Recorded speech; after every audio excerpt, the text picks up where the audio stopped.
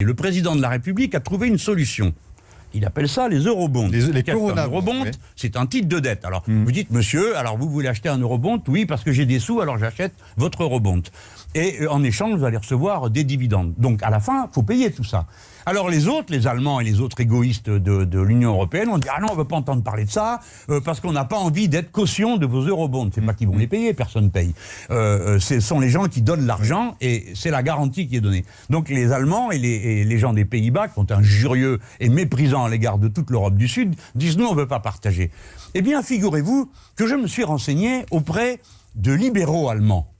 Et j'ai découvert avec surprise qu'ils étaient plus proches de ma position que de celle de M. Macron. Moi, qu'est-ce que je dis? À quoi bon faire des eurobonds? Qu'est-ce que c'est que cette histoire? Que la Banque Centrale Européenne achète les dettes des États, donc on change ses statuts, achète les dettes des États et les transforme en dettes perpétuelles à intérêt négatif. De la sorte, le titre de dette est garanti dans le bilan de la Banque Centrale, sauf qu'il s'épuise petit à petit et il se vide sans casse pour personne. Les États, libérés de ce fardeau, pourraient à ce moment-là investir en machines et en personnel dans la santé et le reste. C'est ce qui se passe, Jean-Luc Mélenchon. La Banque Centrale Européenne s'est engagée à reprendre, même de façon indirecte, la dette des États supplémentaires. Ah, mais voilà, c'est toute la différence. Mais non, vous n'y êtes pas.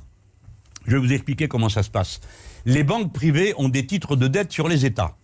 Et la Banque centrale n'a pas le droit d'aider les États. Donc, elle achète aux banques privées en se disant « Je vous donne de l'argent frais contre un titre pourri, parce que si vous me le vendez, c'est que vous pensez qu'il ne sera pas payé. » Et la banque privée dit « Ah ben oui, je prends votre argent. » Là-dessus arrive le règlement Bâle III qui les oblige à avoir des grosses réserves et passer de 3% de réserve à 9%.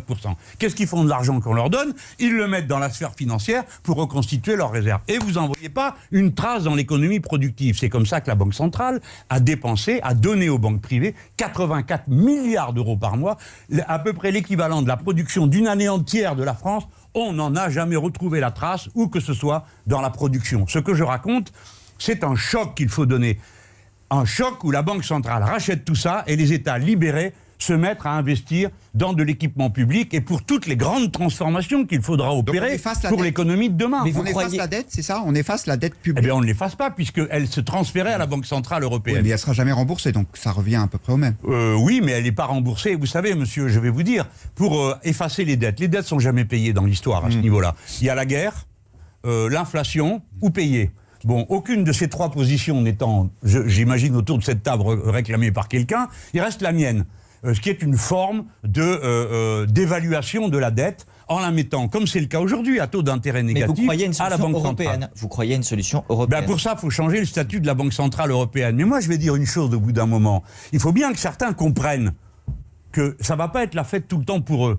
S'il n'y a aucun moyen de sortir les États de l'impasse, les États se mettront en banqueroute.